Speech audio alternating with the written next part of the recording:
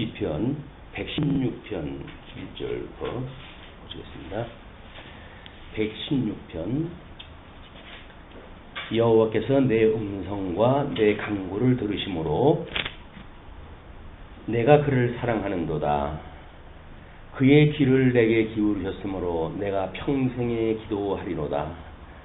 사망의 줄이 나를 누르고 수월의 고통이 내게 이르므로 내가 환난과 슬픔을 만났을 때에 내가 여호와의 이름으로 기도하기를 여호와여 주께 구하오니 내 영혼을 건지소서 하였도다.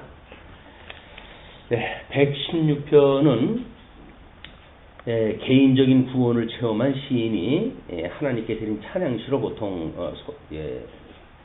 기술되어져 있습니다. 시인은 하나님의 기도에 응답하셔서 절대적 위기 상황에서 건져주신 것에 대해 찬양하며 그때 자신이 하나님께 서원한 것을 서원한 그런 그 내용들을 반드시 이행하겠다고 대짐하는 그런 내용으로 되어져 있어요. 지금 우리가 우리 시편의 구조를 보게 되면 제 1편이 하나님의 의와 나라에 대한 언약시로 되어져 있습니다. 그 중에 첫 번째가 하나님의 의에 대한 언약시예요. 언약시.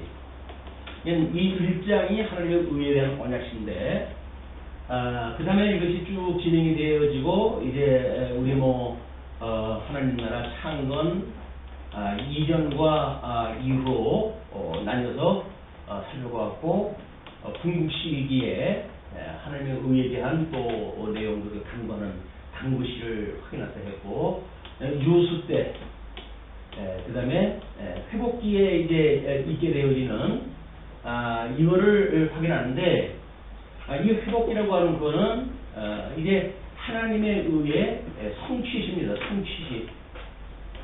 이 성취시가 시편이 150편까지 되어져 있잖아요. 그런데 물론 언약시는 1편과 2편으로 되어져 있지만 약 3분의 2에 해당되어지는 것이 성취시로 구성이 되어져 있어요. 그래서 우리가 지금 확인하고 있는 것은 이 중에서도 이 하나님의 의에 대한 성취시는 거의 대부분입니다. 그래서 144편까지가 하나님의 의에 대한 언약시로 되어져 있어요. 그러면 시편 150편 중에 3분의 2에 해당되어지는 것이 하나님의 의에 대한 성취시, 그리고 한 5개장 되어지는 것이 이제 하나님 나라에 대한 성취시니까 우리가 하나님의 의라고 하는 이것이 얼마나 큰 비중을 가지고 성경에 기록되어졌고, 택한 백성들은 그 하나님의 의에 대한 이걸 붙들고 살아왔는지를 우리가 확인하게 되어지거든요. 우리는 하나님의 의라고 하는 그것을 우리 하나님의 절대의입니다. 절대의. 절대의라고 하는 것은 이 세상 속에 살아가고 있는 모든 사람들에게는 지고한 의예요. 지고한. 이건 우리가 도달할 수 없는 의입니다. 그래서 이걸 하나님의 의의 성격을 절대성이다 이렇게 이야기를 하는 거거든요. 다만 우리는 하나님의 의에 종속되어진 상대적 의를 가지고 하나님께서 그걸 가지고 칭찬도 하시고 위로도 하시고 그리고 소망을 갖게 하시는 것이 상대적인 선이란 말이에요. 상대적 선이다. 근데 이 상대적 선의 특징은 뭐냐면 이 상대적이라고 하는 그 이야기는 우리가 시간 세계를 통해 가지고 우리가 유능기로부터 또는 나라라고 한다면 창건 이전, 창건 이후, 궁후, 유수, 회복이라고 하는 통시적 관점도 있겠고, 또 공시적으로 해가지고는 오늘 우리들이 얼마나 하나님의 의를 깨달았는가라고 하는 그런 맥락도 가지고 있을 수가 있을 것 같아요. 그런데 이 Y축과 X축을 우리가 함수로 보게 되면 여기에 시간을 개입을 시켜준다. 여기에 이제 이런 수평과 수직의 어떤 그 이치에다가 방향성 시간을 준다고 했을 때 이걸 우리가 보통 힘의 원래 해서 토르크라고 그렇게 이야기를 하거든요. 이것이 왜 중요하냐면 이 방향성이라고 하는 이 방향성이라고 하는 그 이야기는 끊임없이 무엇인가가 살아 있다는 이야기예요. 우리가 하나님의 말씀을 공부할 때 우리 성경을 이제 공부하다 보게 되면 구원이 어쩌고 뭐가 어쩌고 해가지고 쭉 공부를 하다 하잖아요. 주제별로 해가지고 그걸 우리가 종교 개혁 이후에서는 그걸 뭘로 우리한테 가르쳐 줬냐면 웨스트민스터 신앙 고백을 통해 가지고 이걸 이제 우리한테 알려줬어요. 그리고 성경이 귀했던 시기이기 때문에 많은 사람들한테 이걸 알려주는 방법이 이제 대소요리 문답을 전부 정해가지고 그 대소요리 문답을 통해가지고 정답을 외움으로 해가지고 이걸 이루한 거예요. 외워가지고 이제 쭉 인간의 제일 근본된 목적이 무엇이뇨라고 문제를 제기하고 하나님을 영화롭게 하고 그것만으로 즐거워하는 것이 인생의 본분입니다. 라고 하는 답변을 외우니까 성경에서 말하고 있는 모든 질문에 대한 답을 가지고 있는 것 같아요. 답을 가지고 있는 것 같아요. 그걸 우리가 이제 이 교조라고 이렇게 이야기합니다. 교조. 이 교조라고 하는 그 이야기는 조항을 가르친다는 이야기. 조항을. 근데 우리가 이 어떤 말씀의 운동력이라고 하는 그 이야기는 조항을 우리가 알고 있다고 하는 이렇게 마치 뭐가 알고 있다고 생각되어지는 조항은 우리가 신앙의 연조가 가면 갈수록 우리가 이제 이거를 시간 세계에 신앙생활을 얼마큼 했든지 그거에 따라서 나름대로 알고 있는 우리가 이거 어떤 성경의 지식이 이제 만들어지잖아요. 이 지식에 대해서 이렇게 되어졌을 때 우리는 이렇게 신앙생활을 하다가 어느 날 보게 되면 처음에는 내가 신앙이 뭔지를 몰랐는데 어느 정도 신앙을 해보니까 여기 성경에서 말하고 있는 지식이 뭔지를 딱 알겠더라. 이렇게 이제 우리 일어날 때가 있어요. 그때 우리가 알고 있는 항목에 대한 지식은 그걸 우리가 가르쳐서 교조라고 이야기를 하는 교조. 이 교조라고 하는 그 이야기는 살아있는 게 아니에요. 이건 이미 붙박이로 해가지고 인쇄로 해가지고 더하거나 담을 수 없도록 해가지고 완전히 활자화되어진 거. 활자화되어진 거는 사실은 살아있는 게 아닙니다. 성경은 계시가 되어져 가지고 우리는 끊임없이 활자화되어져 있는 성경이지만 그 성경을 통해 가지고 성령의 역사를 통해서 지금도 하나님의 말씀이 이루어지고 있다고 믿고 또 성령께서 내주하여서 예수 그리스도의 천상사역을 어떻게 하시는 줄로 하여금 우리로 하여금 믿게 한단 말이에요. 이 믿음. 이 믿음이라고 하는 걸 우리가 다른 표현으로 해가지고는 바라보는 것들의 실상, 보지 못하는 것의 증거 이런 거 이야기를 딱 하죠. 그래서 사도 바울은 우리들이 내가 어디까지 이제 우리가 와 있든지 간에 이거를 섰다고 하든지 다 이루었다고 그러든지 그러면 너는 넘어질까 조심해라 그래요. 우리는 이 지고를 향해 가지고 끊임없이 예수 그리스도를 향해 가지고 달려가는 거예요. 그래서 믿음이라고 하는 건 철저하게 방향성입니다. 이 방향성. 우리 예수님이 우리를 구속을 했다고 하는 그런 대원리를 가지고 우리가 어느 시간대에 어느 환경에 어떤 때에 처해져 있다고 하더라도 우리 주님이 우리의 구속주라고 하는 걸 믿는 그 방향성 때문에 우리는 다 이루었다고 생각을 안 해요. 아직도 우리 육신이 연약해가지고 끊임없이 뭔가 부족함을 깨닫고 하나님 앞에 그런 우리의 부족함을 고백을 하고 그러기 때문에 지고 가시는 하나님의 선이 이루어지게 갖다 기도를 갖다 하고 하는 것이 믿음의 행위란 말이에요. 그런데 이걸 이제 종교 개혁 이후에 우리 이제 기독교에서 가지고 있는 아픔이 뭐냐면 성경은 66권으로 해가지고 다 확정되어졌고 성경의 내용도 그동안 수많은 신학자들에 의해 가지고 성경이 다 밝혀졌잖아요. 다 밝혀졌다고 하는 그 이야기 때문에 성경을 지식적으로 이해하는 거에 그치고 만다는 거예요. 성경 박사들이에요. 성경에 모르는 게 없어요.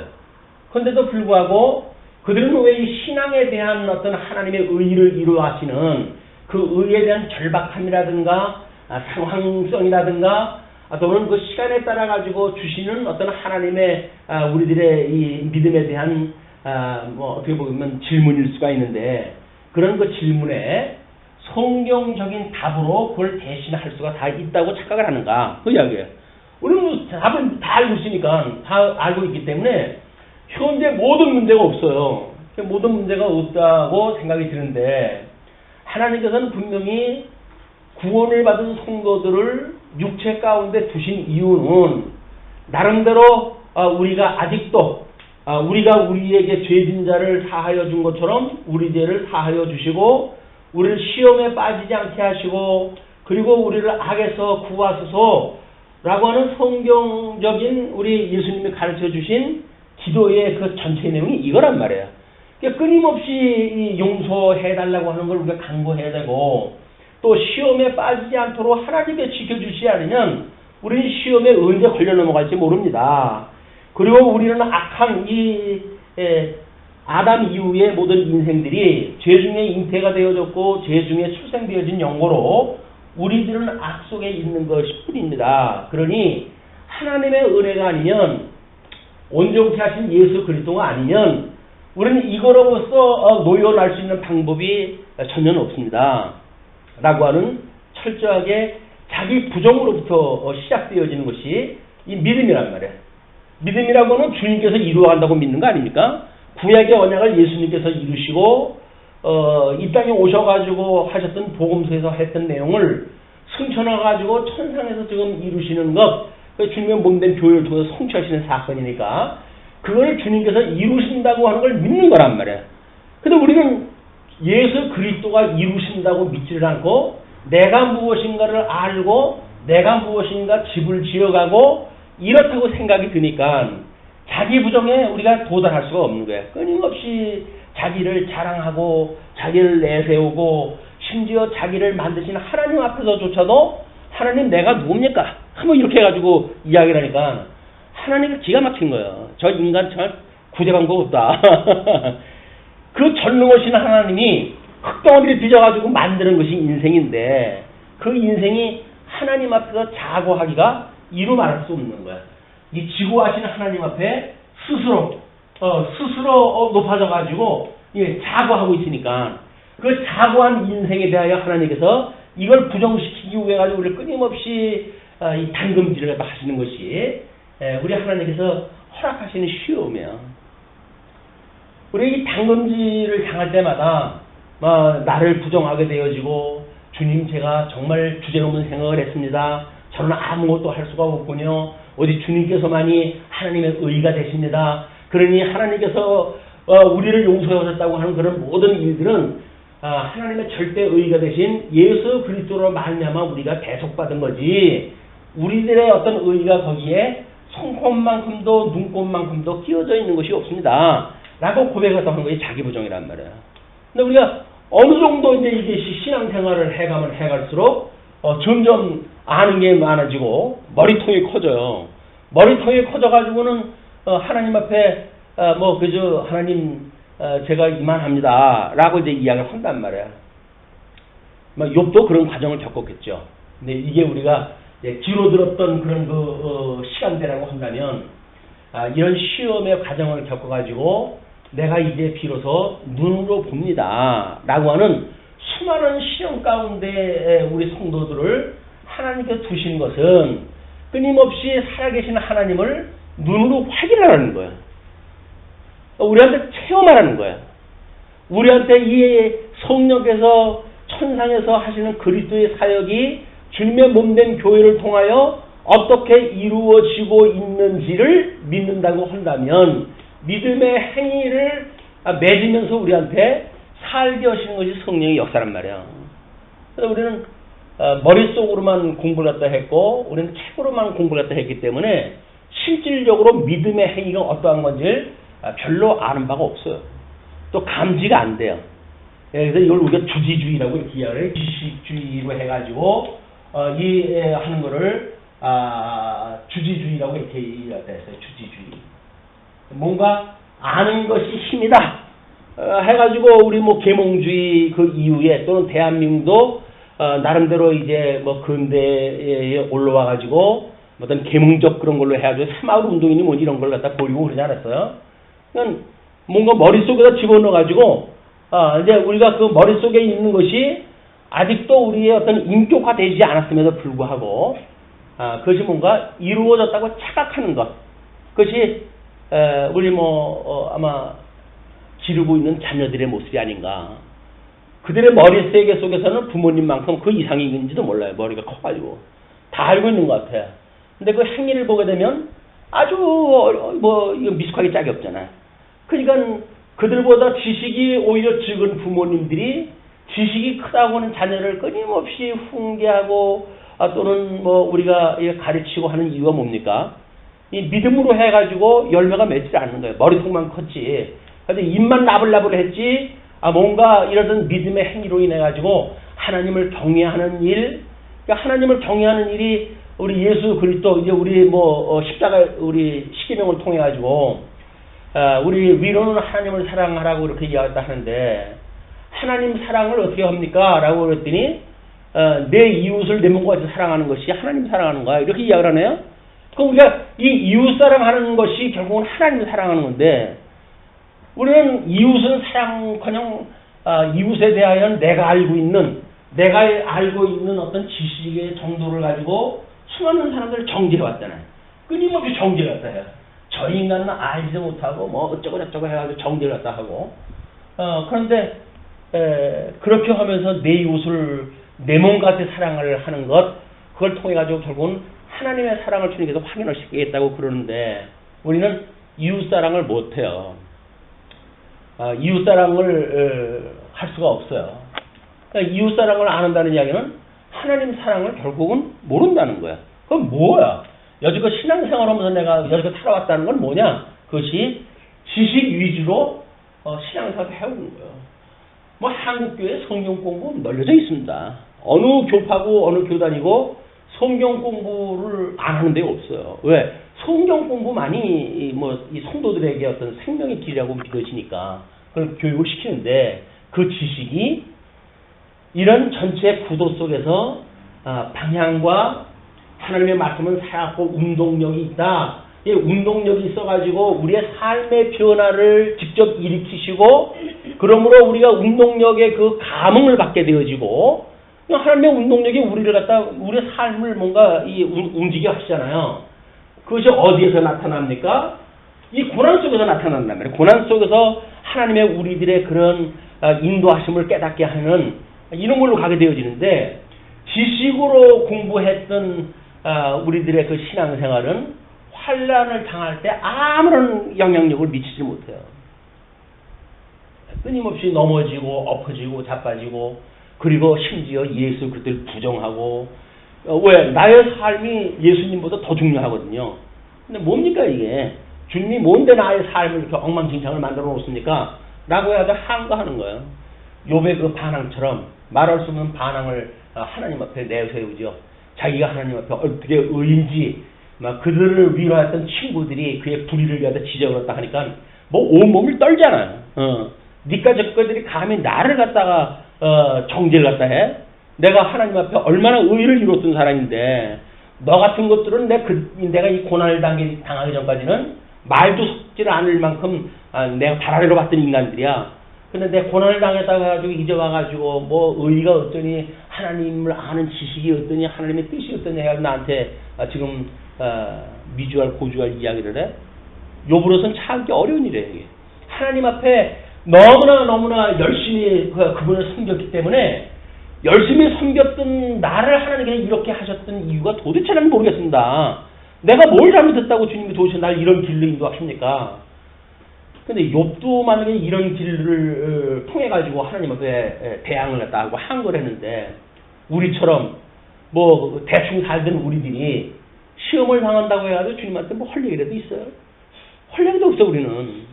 아약 속에서 도의를 당해야 되니까 아니 예수님 믿으면은 이렇게 저렇게 해준다고 그러면서 도대체 뭡니까? 라고 해가지고 이제 예수 그리스도를 아는 이 지식으로 배웠던 믿음에 대한 걸 가지고 이걸 지탱을 하려니까 견디기 힘든 거야. 견디기 힘들어요. 근데 이 환란의 시대가 끝이 나고 하나님께서 회복을 갖다 해주셨을 때 이것이 이 회복기의 성취시가 가지고 있는 의미란 말이에요. 의미.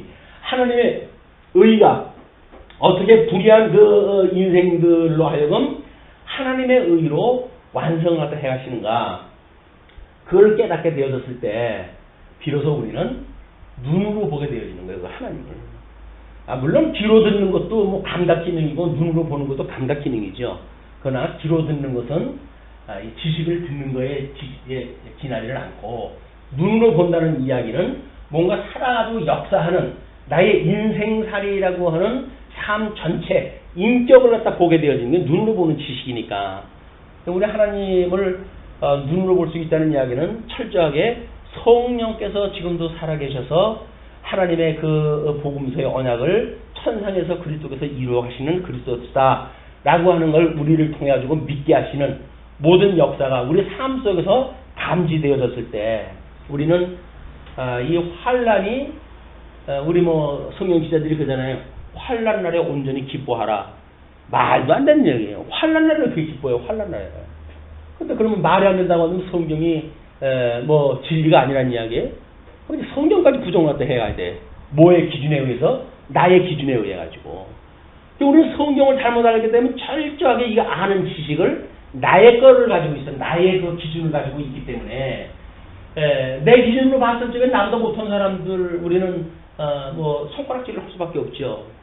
저 사람은 신앙생활을 얼마나 하는데 아직도 저렇대? 그렇다고 가지고 자기보다 신앙 높은 사람 앞에 겸손하냐면 그렇지도 않아요. 이 사람은 절대적으로 자기 기준이기 때문에 그렇습니다. 그런데 하나님의 이 절대 의에 의해 가지고 은혜로 우리가 이것을 누리게 되어졌어요 라고 하는 그거는 삶 속에서 확인되어지는 거예요. 삶 속에서. 이걸 전인적인 믿음이라고 이렇게 이야기해요. 전인적 믿음. 지식에 의한 믿음뿐만이 아니라 또 이게 안 되니까는 사람들이 어떻게 해야 됩니까? 신앙생활을 해가는 시간은 길어지는데 정말 하나님이 계시는 건지, 성경을 통해서 끊임없이 뭐 하나님은 알파가 되시고 오메가 되시고 그분이 지금도 살아계시고 뭐 모든 역사를 주관하신다고 그러는데 나의 삶을 보게 되면 엉망진창인 것 같아요. 주님이 나하고 함께 안 계신 것 같아요. 그러니까 어떻게 보면 이걸 하나님이 나하고 함께 있는 걸 믿을 수 있다 라고 해가지고 우리는 신비주의에 몰입될 수밖에 없는 거예요. 야, 신비주의 그 뭐 하는데 교회 갔더니 손만 얹으면 병이 나지고 병 때문에 내가 여기서 고통을 하고 있었는데 거기 갔더니 뭐 안수 한 번에 병이 날아가 버리고 이렇게 됐으니까 우리는 철저하게 내가 어떤 삶을 사는가에 따라 가지고 진리를 적용을 했다 하고 신비주의에 빠져들어가는 거예요. 예, 지식에 들어가는 주지주의나 이런 감정에 빠져져 있는 주정주의나 또는 뭐 우리 그 과거에 이걸 우리가 뭐 교조적으로 안다고 하는 것이 뭐예요? 교조적으로 안다는 이야기를 이게 주의주의라고 이렇게 이야기해요. 주의주의. 그래서 교조주의라고 하는 그 이야기는 이렇게 항목으로 가르쳤던 일들을 주의주장하면서 살아가는 일들이에요. 근데 이 사람들 삶을 그럴듯하게 살아가요. 또 그럴듯하게 살아가는데 이거는 안 된단 말이야. 우리가 어떻게 전인적인 믿음을 가지고 우리 예수를 그리스도로 믿고 예수님과 한 몸 되어졌다고 하는 그거를 그의 몸된 교회를 통해 가지고 이거를 감각하고 우리가 살아가는가. 주님의 몸된 교회니까 주님의 몸된 교회를 통해 가지고 이것이 감각할 수가 있는 거 아니겠어요? 이웃을 사랑하려는데 아니 뭐 교회도 우리가 그냥 다 팽개쳐놓고 그래놓고 어떻게 이웃을 사랑을 해요? 그냥 우리가 이 주님의 몸된 교회를 통해 가지고 하나님은 끊임없이 천상에서 내가 너희를 이렇게 온전케 해가는 걸 배웠으면 좋겠어. 이게 내가 해가는 일이야. 그러니까 내가 내 이런 가운데 내 이웃을 사랑한다고 한다면 그것이 하나님을 사랑한다고 하는 걸로 내가 인정해 줄게. 그런 그 이야기예요. 이웃을 사랑한다고 하는 그 이야기는 뭐 공허한 이야기가 아닙니다. 이것이 주님의 몸된 교회를 통해 가지고 우리 하나님께서 뭐 성령이 임하시게 되면 너희들의 권능을 얻고 그리고 예루살렘과 온 유대와 사마리아와 땅끝까지 이르러 나의 증인이 된다고 이야기를 하신 대로 주님께서 우리들한테 주님의 몸된 교회를 통해 가지고 증인의 삶을 살게 하시는 거 아니에요. 전인격적인 삶을 살게 하신다. 전인격적인 삶을 산다는 이야기는 성령의 권능이란 말이에요. 성령의 권능을 입고 그렇게 되어지는 것이다. 이 권능으로 해가지고 우리의 증인의 삶을 산다는 이야기는 예수 그리스도가 하나님의 의가 되신다고 하는 걸 우리가 믿고 또 그분이 하나님의 나라가 된다고 하는 것을 믿고 이거를 증거하는 거 아닙니까? 그의 의와 나라를 우리가 증거하는 거 아니겠어요? 나는 정말 말할 수 없는 죄인인데 우리 주님이 나를 계속해가지고 나를 구원에 이르렀고 하나님 나라의 백성으로 그 기업을 잇고 살아가게 하십니다. 그러니 나의 이러한 행복에 당신도 참여했으면 좋겠어요. 라고 하는 것이 증인의 역할이란 말이에요. 증인이 자기는 하나님의 은혜도 모르면서 예수 믿으면 복을 받는 등 구원을 받는 등 그것이 얼마나 공허합니까? 자기 확신 없는 증인이라고 하는 것만큼 공허한 게 없어요. 우리는 어떤 확신을 가지고 있는 겁니까? 성령께서 권능을 줘가지고 증인 삼으셨다는 거야. 어떻게? 주님의 몸된 교회의 일원으로 우리를 불러들이셔서 여기는 이 의인들만 들어올 수 있는 곳이니까 그 기업에 거기에 하나님의 의로 하나님 나라 백성을 삼아주셨다고 하는 그래서 그 하나님을 아버지라고 부르면서 우리의 인생을 살아가니까 이건 집에 있는 아버지는 그 흔한 유산 물려주는 것도 없는데 우리 하나님은 우리한테 이 부유하신 예수 그리스도를 우리한테 주신 분 아닙니까? 그분을 갖다 섬기는 것이 당연한데도 불구하고 윤리적으로 도덕적으로 우리가 이 길들여져 있던 사람들은 예수님이나 하나님은 나 몰라라 하면서도 여기서 뭔가를 그렇게 하는 것이 하나님의 의를 이룬다고 생각이 든단 말이야. 성경에서 말하고 있는 지식에 대한 의의가 이런 거 아니겠느냐 이렇게 이해하는데 그렇지는 않습니다.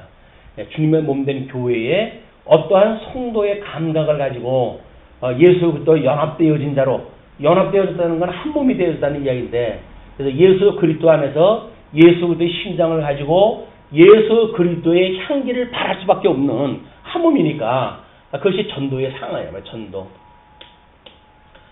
이런 일들은 우리 주님 오시는 날까지 이제 계속 되어질 거예요.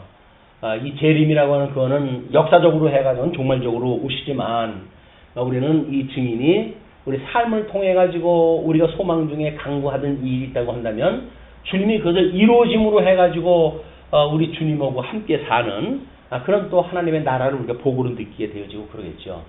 이런 총괄적인 하나님의 의에 대한 개념을 가지고 116편을 우리가 한번 확인하는 것이 이 고난 중에 기도를 응답해 주셨다고 하는 것이 이렇게 그냥 신비주의에서 병 고쳐주듯이 그러는 것이 아니라는 거예요. 이게 전 인격적으로 그의 영원서부터 우리가 끊임없이 그런 이야기 하잖아요. 우리 영과 육으로 해가지고 지음을 받았던 인생들은 우리 이 영성이라고 하는 것이 있고 그 다음에 이걸 덕성이라고 이렇게 이야기를 했을 때 신성이라고 우리 이야기를 하고 이걸 지성이라고 이야기를 했고 감성이라고 이렇게 이야기를 했단 말이에요.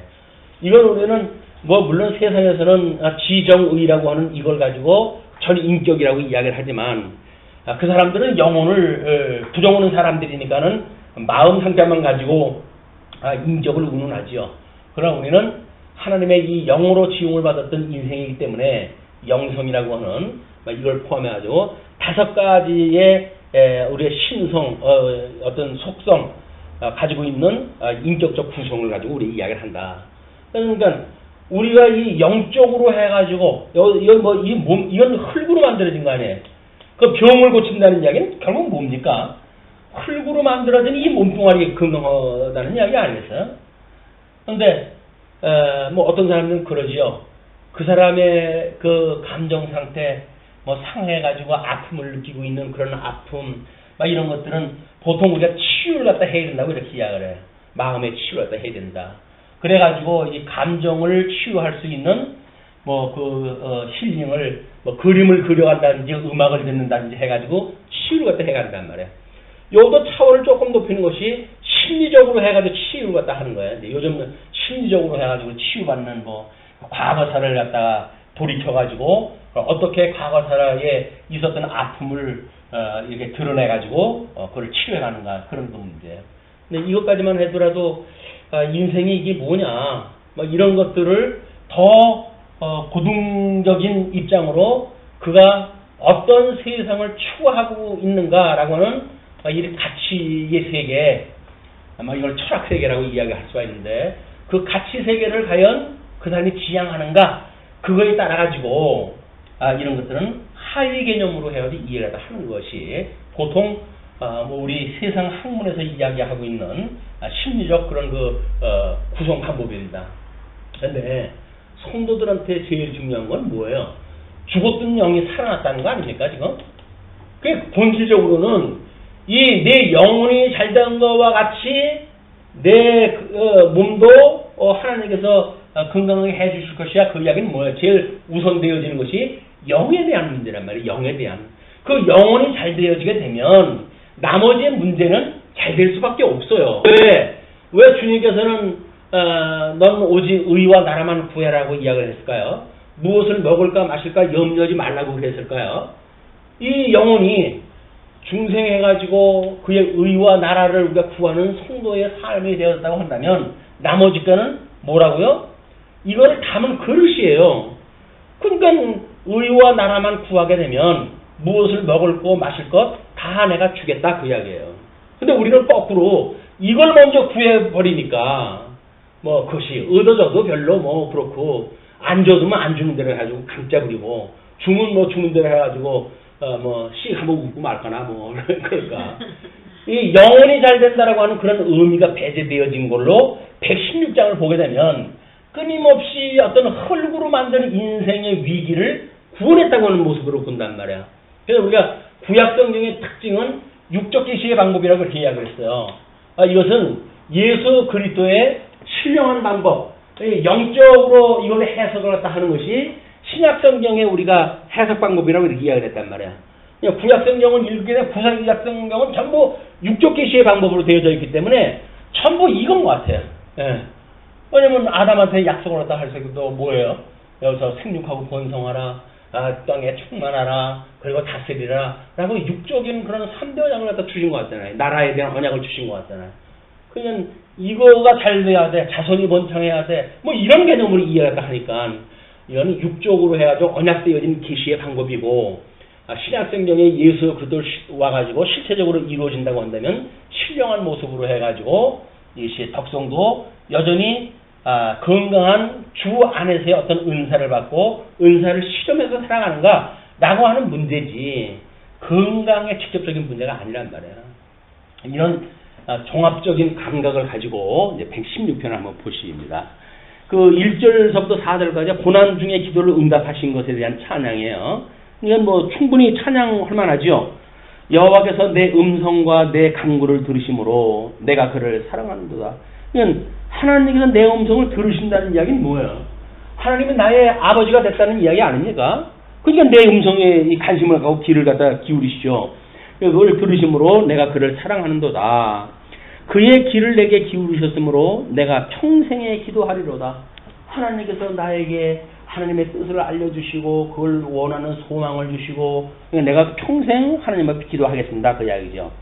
사망의 줄이 나를 두르고 수월의 고통이 내게 이름으로 내가 환난과 슬픔을 만났을 때에 이거예요. 여기서 이야기하고 있는 이 사망이라고 하는 그런 그 이야기는 예수님이 주는 그리스도시요 살아계신 하나님의 아들이십니다 라고 하는 신앙 고백 후에 음부의 권세가 무너뜨리지 못하는 교회를 세우신다고 이렇게 이야기를 하지 않았어요? 그러니까 결국 이 사망 권세가 공격한다는 이야기는 음부 권세가 공격한다는 이야기고, 이 음부 권세가 우리를 갖다 공격한다는 이야기는 우리로 하여금 이 죄 사죄를 받는 것을 별로 중하게 여기질 아니하고 시험에 빠지는 걸 겁먹지 아니하고 악에 있는 걸 즐기는 상황, 이것이 결국은 우리 음부 권세가 우리 끊임없이 시험으로 끌고 가는 거야. 세상 사람들 다 그러고 살지 너만 그러니 괜찮아 라고 이야기했다 해요. 그래서 우리 한국교회 무슨 과거에 그래도 믿음의 선배들이 나름대로 종교 개혁자들이니 뜨거운 그 믿음을 가지고 살았던 사람들의 삶을 보게 되면 매우 고상한 삶을 추구하고 그랬거든요. 21세기 들어와서 대한민국의 문화가 엉망진창이 돼버리니까 예수 믿고 결국 이 속에서 잘 먹고 잘 사는 것이 하나님 앞에 복받은 걸로 우리가 착각을 하게 되어진단 말이에요. 그렇지 않다. 이런 구원하는 일이 우리한테 그런 수월의 고통 또 그 사망의 줄이 나를 두른 것, 이것이 전부 사망의 권세가 우리를 공격하는 그런 건 문제지 우리 영혼을 공격해오는 사망의 권세에 대한 이야기지 육신의 질병이 만들어지는 것, 뭐 육신이 우리가 병이 드는 것, 이런 걸 가지고 이 사망의 그런 그 공격으로 우리 이해를 하면 성경을 매우 곡해하게 되어지는 것이다. 예, 뿐만 아니라 내가 환난과 슬픔을 만났을 때에 내가 여호와의 이름으로 기도하기를 여호와여 주께 구하오니 내 영혼을 건져서 하였다. 뭐예요? 궁극적으로 거기서 구한 게. 내 영혼을 구한다는 거예요. 내 영혼을 구하는 거예요. 그런 뒤에 이제 5절로부터 구원을 감사하다 하는 거예요. 여호와는 은혜로우시며 의로우시며 우리 하나님은 긍휼이 많으시도다. 예, 하나님은 은혜로운 그 은혜가 아니면 어떻게 모든 사람들이 이 죄 가운데 죽을 수밖에 없는데 특별히 나를 건져내셔가지고 구원을 해주셨을까? 이건 은혜의 섭리예요. 은혜의 섭리. 그냥 우리가 하나님 앞에 이 구원의 역사 또는 주님의 몸된 교회의 삶을 살아가는 모든 것 이건 전부가 은혜인 거예요. 은혜. 여기서 마땅히 이건 줘야 되는데 왜 안 줍니까? 이렇게 하나님 앞에 따질 게 없다니까요. 그냥 우리 구원받은 것 이렇게 하나님 앞에 이 자녀로 살아가는 것 이게 전부 은혜예요. 은혜. 근데 왜 나한테 왜 이거를 이렇게 시련을 주십니까? 나의 몸을 아프게 해가지고 나로 하여금 왜 시련을 주십니까? 나에게는 왜 은혜를 주시지 않나요? 이렇게 이야기를 하면 주님께서 뭐라 그래요? 내 은혜가 내게 족한 줄 알아. 그러잖아요. 사도 바울이 3번씩이나 구하잖아요. 주님의 일을 갖다 하는데 좀 건강 좀 주시죠. 이렇게 이야기를 했더니 내가 은혜가 내게 족한 줄 알아. 사도 바울이 나중에서야 그 뜻을 깨달았어요. 내가 약함으로 인하여 주의 강함을 알게 되었고 그 이야기예요. 여기서 우리가 얼마나 자기 부정하기가 힘든 것이 인생들인데 그러니까 억지로라도 우리 병들게 하시지 않으면 우리는 하나님 앞에 낮아지질 않아요. 그냥 우리가 그렇게 병들어가지고 정말 뭐 손 하나 꿈쩍거릴 수가 없어요. 아 주님 저는 아무것도 아니군요. 하나님께 이대로 그냥 나한테 숨 뭐 몇 분만 그냥 우리한테 멈추게 오게 되면 제가 죽는 거로군요. 라고 인정을 갖다 하게끔 하는 거예요. 하나님께서. 그런데도 우리는 내가 숨 쉬어가지고 사는 거지. 뭐 주님께서 날 뭐 숨 쉬는데 뭐 도와준 거 있어요? 라고 해가지고 이야기를 하잖아요. 그렇지는 않습니다. 우리가 숨 쉬고 사는 것이 하나님의 은혜인 거예요. 우리의 호흡을 주장하시는 여호와 하나님. 그분이니까 우리가 그분을 찬양하라고 그분을 의지하지. 내가 다 할 수 있는 거라고 한다면 뭐 예수님만 믿을 게 뭐가 있어요. 근데 그렇게 해서 우리 하나님은 긍휼이 많으시도다. 자비로우셔가지고 이제 우리를 구원하셨기 때문에 그렇다는 거죠. 그래서 구원받은 사람들을 다 구하는 것이 아니라 누구만 선택받기로 예정되어진 자들, 구원받기로 예정되어진 선택되어진 자들만 구원에 이르는 거기 때문에 그걸 우리가 우리 이 구원에 대한 자비성이라고 하는 그것도 결국은 다가 아니라 선택적 자비성이다. 우리한테만 특별히 주시는 자비로움이에요. 불택한 백성들은 불구덩이에 집어넣어 버리죠. 나중에 여호와께서는 순진한 나를 지키시나니 뭐 순진한 자를 지키시나니 그 이야기는 어린아이와 같은 예수님이 이야기하는 어린아이와 같은 그런 그 의미가 있겠죠. 내가 어려울 때 나를 구원하셨도다. 나를 구원하는 내가 어떤 사람이라는 거예요. 순진한 자라는 이야기. 순진한 자. 자기의 어떤 그런 거를 가미시키지 않고 세상의 것들로 해가지고 뭔가를 추가시키지 않고 오직 순전한 마음으로 하나님만 의지하는 이런 거 자기였기 때문에 하나님께 구원을 쓰라는 이야기죠. 그러면 내 영혼아 내 평안함으로 돌아갈지어다. 여호와께서 너를 후대하시미로다. 우리 인생 살아가면서 모든 고통은 어떤 충족함이 없기 때문에 나타나는 사역이니까 결국은 우리 이 영성에 대한 충족감이 없었을 때 여기서 나타나는 길들이에요. 뭐 핑계거리는 다 할 수가 있어요. 이걸로 해가지고 다 이유를 댈 수 있죠. 그러니까 근본적으로 보게 되면 우리 영혼이 달되어진다고 한다면 우리가 주님으로 말미암아 영생을 얻었다고 한다면 영원한 생명을 얻은 사람이 여기서 10년 20년 더 살겠다고 해가지고 하나님한테 악다구를 대고 그렇습니까? 영혼이 잘된 게 아니란 말이에요. 영혼이 잘 됐다고 한다면 우리 영생을 얻은 사람이에요. 뭐 오늘 아침에 눈 뜨면서 불현듯 하나님께서 이렇게 날 데려가시게 되면 내가 뭘 더 이렇게 뭐 좀 해놓고 가고 뭐 이런 것들이 뭐 마무리할 것은 없나 뭐 이런 생각을 하다가 불현듯 중생아 별 걱정 다 한다. 주님께서 나의 같은 일이지. 너 그렇게 하다가 섰다 이루었다 뭐 해가지고 제가 이걸 했어요. 기고만장 할 거야. 잊어버려. 그냥 내 사는 것만큼 살다가 그냥 주님 오라고 그러면 가.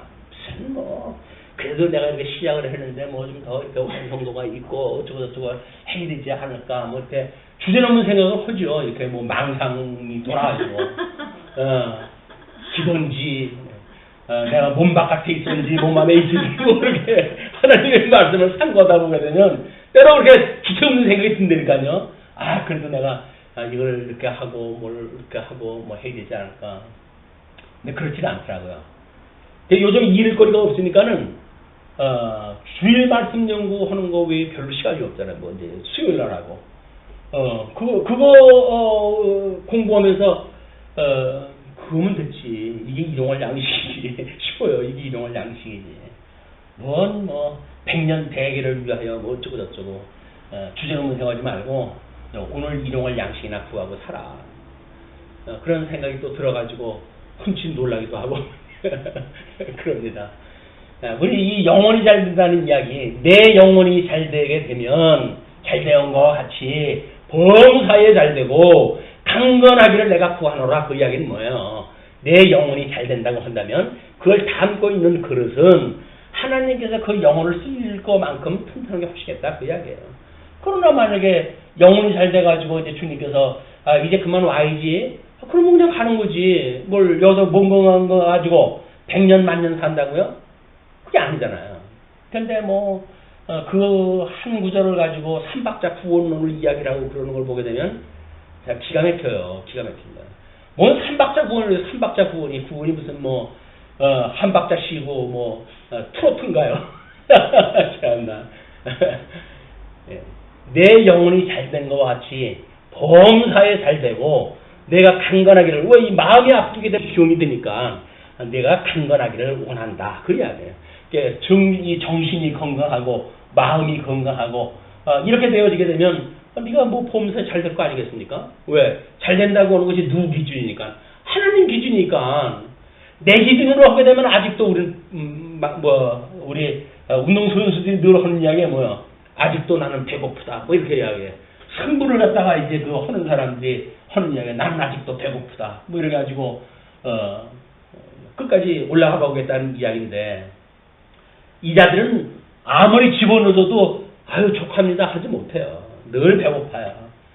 껄껄껄껄 하면 살아갈 수밖에 없고 그러다 보니까는 족한 줄 모르고 살아가니까는 하나님 앞에 기쁨이 뭔지 즐거움이 뭔지 감사한지도 모르고 살아가게 되어지는 이런 안타까운 인생 삶을 할 수밖에 없다. 우리 영혼이 잘 되어지게 되면 여기서 우리 하나님께서 마이너스 10%를 갖다 줘가지고 살아가게 하는 것이 하나님의 우리 영원한 생명을 주시는 하나님의 뜻이라고 믿어진다고 한다면 마이너스 10% 때문에 우리가 고민할까요? 감량하지요. 10% 감량하지. 그래 저도 뱃살이 들어갈 거 아니겠어요? 감량하도 하면 되는 거예요. 지금 있는 것이 차고 넘쳐가지고 고민이지 모자라가지고 고민할 것이 없습니다. 이 세상에. 지금 대한민국의 경제가 어렵고 뭐고 하더라도 현재 우리가 부족함을 느끼는 일들은 배부르는 까닭이에요. 배부르는 까닭이지 정말 부족하기 때문에 그런 거 아니에요. 상대적인 빈곤감이 나를 갖다가 어렵게 만드는 거다. 절대적인 우리 하나님의 기준에 의해서 보게 되면 족한 거예요. 마이너스 10% 아이고 주님 감사합니다. 마이너스 20% 주면 20% 감해야 되는데 아직은 이제 실력이 그밖에 안 되는데 10% 해줘서 감사한다고 10% 감량하면 살아가게 되죠. 이것이 은혜를 깨닫고 살아가는 성도들의 삶이다. 뭐 더 달라고 할 이유가 없어요. 지금 주신 걸로 족합니다 주님. 내가 너 이건 더 줄게. 됐어요 주님 저 이걸로 족해요. 이렇게 해야 되는데 안 준다고 그러는 것도 달라고 졸라대니까 하나님 앞에. 우리 하나님 앞에는 준다고 하더라도 주님 됐어요. 저 이만큼만 살아가는 것도 이게 얼마나 큰 은혜입니까? 라고 이야기를 해야 주님이 보셨을 때 허은 녀석 철들었네라고 이야기하다 하지. 나이는 골뱃살이 먹어가지고 하나님이 이제 족하지 라고 이야기하면 무슨 소리예요? 100살을 살아야 되는데 주님 그래가지고 100년 시대가 됐으니 100살을 살겠다고 그래가지고 뭐 저승사자가 오게 되면 아직도 갈 날이 멀었다고 알려라. 이게 무슨 망발입니까 이게. 그냥 하나님을 모르는 인생들은 만족을 모르고 살아가는 겁니다. 어쩔 수 없이 만족을 몰라요. 왜? 그냥 무적행이에요, 무적행. 예. 밑독에 빠졌어요. 밑독에 빠져가지고 아무리 채워도 이건 채워질 수가 없는 곳이라니까요. 나중에 이것이 실체화되어지는 것이 마귀 사단 심판받는 곳이에요. 무적행 속에서. 근데 우리는 여기서 비로소 은혜를 깨달았어요. 예, 은혜 주신 주님께 은혜족한 걸 감사하고 하나님께 주셨던 모든 환경을 감사하고 감사하고 살아가니까 마음이 편해지네. 마음이 편해지니까 뭐 이든 병도 고쳐지네. 이건 덤으로 주시는 거라니까요. 이게 목적이 아니라 영혼이 잘 되어져 가지고 여기에 우리가 충만한 삶을 살게 되면 나머지 건 덤으로 되어지는 거다. 그러나 하나님께 덤 안 주실 수도 있는 거지. 왜 쟤는 건강이라고는 덤을 줬는데 저는 안 줍니까? 라고 할 수는 없잖아요. 덤은 주인 맘이지 내 맘 아니잖아요. 그럼 주인이 덤으로 안 줬다고 한다면 됐어요. 저는 그냥 이걸로 그냥 갈게요. 그래가지고 하나님 앞에 감사하다고 하면 되지. 왜 갑돌이는 많이 주고 저는 적게 줍니까? 해가지고 갑돌이 붙들고 늘어진다고 한다면 그럼 어떻게 하겠다는 거예요. 이런 우리 세속주의에 빠져져 있는 이런 믿음의 상태다. 주님의 몸된 교회가 대형화되어지고 뭔가 구하는 걸 주겠다고 이야기하고 하는 것들을 우리가 경계를 해야 되는 거예요. 이것이 무슨 교회를 비판하고 그런 문제가 아니에요. 지금 이 진리라고 하는 것이 뭔지 궁극적인 세계를 갖다 보지 못하면 우리는 이런 데 빠져가지고 마땅히 그렇게 살아가는 것이 신앙생활인지를 알고 쏟고 살아가니까 내버려둘 수는 없잖아요. 제가 사랑하기 때문에 여기서 사랑하기 때문에 뭘 오는 거예요? 내 이웃을 사랑하기 위해서 뭘 오는 거예요? 권능을 받은 것이 뭘 권능을 받았어요? 말씀 가르치는 권능을 받았어요. 그 말씀을 가르치면은 아무리 듣기 싫은 소리라도 사랑하는 사람한테는 그걸 해야지. 사랑하는 사람이라고 해서 듣기 싫은 소리 안 하면 그러면 내가 인기 관리하는 거 아니에요. 내가 인기 관리를 갖다 내 기준으로 하는 거니까 하나님 앞에 내가 나중에 심판받을 거 아닙니까? 그럴 수 없는 거예요. 아무리 우리 가까이 있는 분에게도 나쁜 건 나쁜 거고 잘못된 건 잘못된 거예요. 그럴지 몰랐는데 저 인간 정말 이렇게 하더라도 말씀을 전할 적에는 사심으로 하는 게 아니니까 오해 없이 받으시기 바랍니다. 자, 그러면서 이제 내가 생명이 있는 땅에서 여호와 앞에 행하리로다. 생명이 있는 땅에서 여호와 앞에 행하리로다. 전 인격적인 열매가 맺게 되어지죠. 그리고 이제 10절로 19절까지 소원을 갚아 은혜를 감사하는 이야기에 내가 크게 고통을 당하였다고 말할 때에도 나는 믿었도다. 내가 크게 고통을 당하였다고 말할 때에도 나는 믿었도다. 주님이 우리의 아버지인 걸 나는 믿었어요. 내가 놀라서 이르기를 모든 사람이 거짓말쟁이라 하였도다. 저 인간 사기다. 저렇게 고통을 당하면서 뭘 믿기는 그걸 믿는 데 주목을 믿어라 라고 하는 인간들이 있겠죠. 내게 주신 모든 은혜를 내가 여호와께 무엇으로 보답할꼬. 이건 은혜를 받아보지 않은 사람은 생각할 수 없는 이야기들이에요. 그리고 내가 구원의 잔을 들고 여호와의 이름을 부르며 여호와의 모든 백성 앞에서 나는 나의 소원을 여호와께 갚으리로다. 어떤 걸 소원하셨나요? 주님께서 나를 구원하셨다고 하는 그 은혜를 받는 순간 우리는 주님 뜻대로 살기를 갖다 혹시 작정하셨나요? 주님 뜻대로 살기로 했네. 주님 뜻대로 살기로 했네. 그래서 교회만 바깥에만 나가게 되면 내 뜻대로 살아야지. 내 뜻대로 살아야지. 주님의 뜻은 온데간데가 없어지고 그러면서 그의 경건한 자들의 죽음은 여호와께서 보시기에 기중한 것이로다. 여호와여 나는 진실로 주의 종이요 주의 여종의 아들 곧 주의 종이라. 이런 그 문제 때문에 이제 본서를 다윗이라고 말하는 사람들도 있고 그렇습니다. 주께서 나의 결박을 푸셨나이다. 나의 결박을 풀었다는 게 뭐예요? 이 사망의 권세가 두르고 있던 예수를 갖다 믿는 것을 갖다 방해했던 그동안의 그런 그 일들을 주님께서 풀어주셨습니다. 그래서 진리를 알면 진리가 너희를 자유롭게 할지니 이 진리가 주는 우리의 자유라고 하는 건 뭐예요? 결국은 사망 세계 속에서 벗어났다고 했을 때 일을 만들어지는 일입니다. 왜 우리가 삶에 대해서 자유롭지는 못할까요? 배우는 거 또는 마음에 대하여 또는 감정에 대하여 덕성에 대하여 뭐 이웃에 대하여 우리는 자유롭지가 못해요. 끊임없이 눈치를 갖다 보고 살아가야 되고 뭐 이렇게 되어질까요? 그 이야기는 진정한 자유를 맛보지 못했기 때문에 그래요. 이 세속적으로 율법으로 올가매어져 있는 우리들의 이 육적 세계, 우리 이 어떤 그 교조로 해가지고 올매어져 있는 그 세계로부터 자유를 못 느끼기 때문에 그렇다. 조항에 우리가 매여 사는 것이 아니라 그 조항이 우리 신비에 새겨져서 그리스도의 심장이 되어져 가지고 자유롭게 사는 거예요.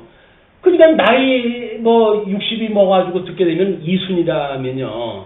어떤 이야기를 들어도 걸릴 게 없는 거예요. 이제 왜? 이 자유를 갖다가 그렇게 되어졌으니까. 이것이 안일적에는 끊임없이 누가 뭘 한마디 갖다 하게 되면 그게 걸려가지고 그냥 고민을 갖다 하고 밤잠을 못 자고 그렇게 하거든요. 그러니까 진정한 자유를 누리게 되면 저 인간이 저럴 수가 있어. 그래도 아니 하나님의 아들이 하나님 말씀으로 인해가지고 살아가는데 세상 사람들이 뭐라고 그러는데 우리가 뭘 신경을 쓰겠어요. 그냥 진정한 자유를 누릴 이유가 있다. 주님께서 주시는 은혜지만 내가 주께 감사제를 드리고 여호와의 이름을 부르리이다. 감사제. 내가 여호와께 서원하는 것을 그의 모든 백성이 보는 앞에서 내가 지키리로다.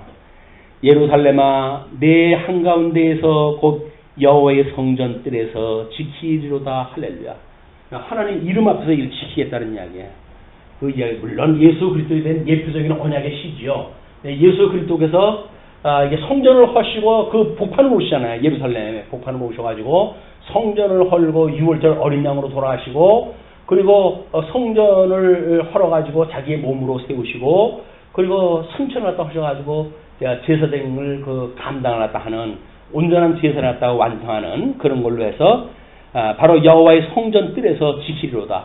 예수님이 성전 뜰에서 이걸 다 이루신 거예요. 그 다 이뤘다고 우리가 믿는다고 한다면 예수 그리스도 안에서 우리는 영적 제사, 예수님이 우리를 온전케 했던 그런 그 신앙을 가지고 영적 제사를 드리면서 살아갈 이유가 있는 거죠. 신령한 제사입니다. 신령한 제사.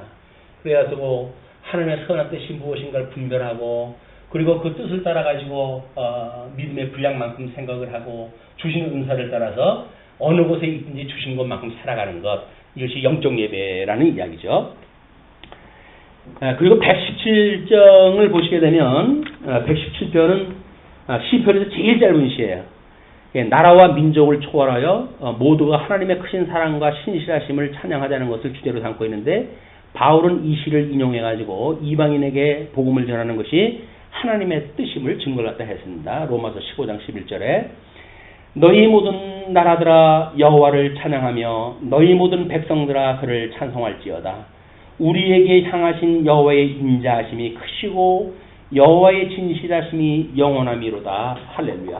우리가 그 113편서부터 115편 이야기했을 적에 내재적으로 초월된 그 관점으로 상고한 바가 있는데 117편도 그런 관점으로 우리 시를 이해를 하셔야 이것이 내재적으로 초월한 하나님의 그 놀라운 섭리를 우리 이해할 수가 있습니다.